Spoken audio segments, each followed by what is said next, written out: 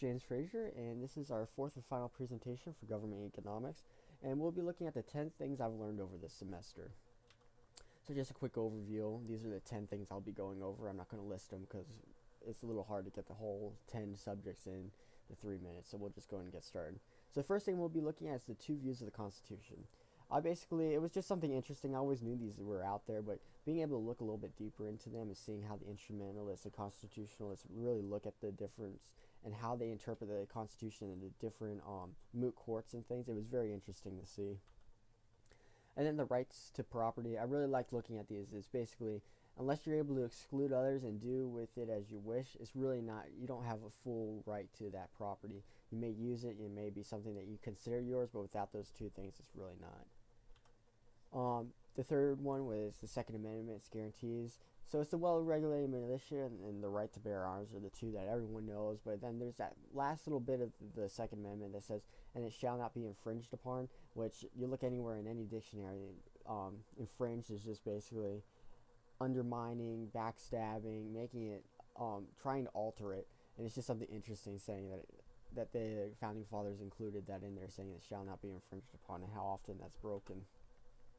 So, and then also learning about a planned and market economy. I always knew those two economies existed, but it's really interesting seeing all the effects that government-controlled economies have versus a free economy that's able to go as it wishes and with the booms and busts of just a natural economy rather than the government forcing their booms and busts on it, which greatly hurts it.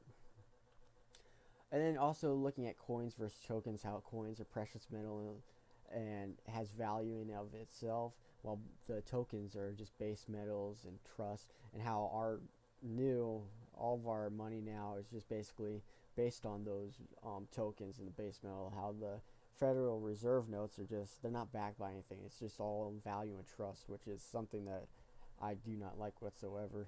So Gresham's law.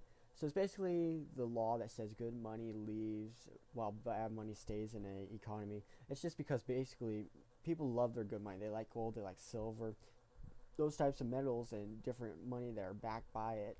They keep those and they put the bad money that they don't want to keep out. So this is eventually where good money ends up disappearing while the bad money stays in circulation. It's just something interesting to see.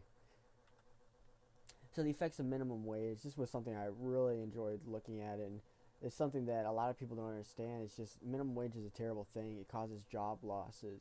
It lowers the paying jobs. It doesn't seem like it should. It seems like, oh, minimum wage, I should be able to get paid so much. But as soon as you do that, all those people who lost jobs are now having to pay taxes to take care of those people.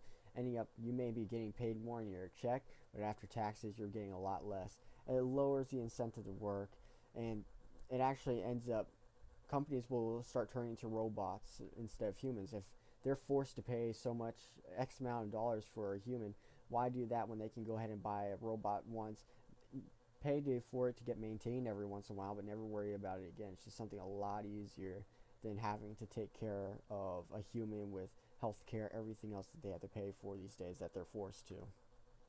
So the German miracles right after World War II is just them rebuilding their economy. They stayed on the gold standard. They had a market economy. They didn't allow the government to do inflation because of the gold standard. It was just them rebuilding their economy, and they did it in such a way that really kept their economy well and very healthy, where it grew and became a very, very good economy.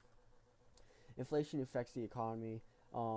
This is just something. It makes the dollar worth less. It creates artificial opportunity, huge bust, and the government gets addicted to it. This is just something that's terrible. That was interesting to look at and seeing how our government is constantly doing that and how addicted it is.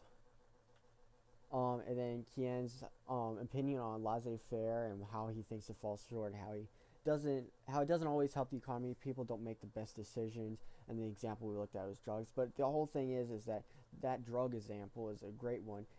It's a great, actually. It helps the economy very, very well, but it just helps the black market, because what happens is once government regulates it, which isn't a true laissez-faire economics, they push that to the black market, and the black market does great off of it because it's been pushed there, and it doesn't help the normal. But that's the reason why, and why he's really doesn't have a point there from the Kien's opinion on that. And so that was my presentation. I know it seemed rushed. I was just trying to get it all under 5 minutes. So here's my bibliography, and thanks for watching.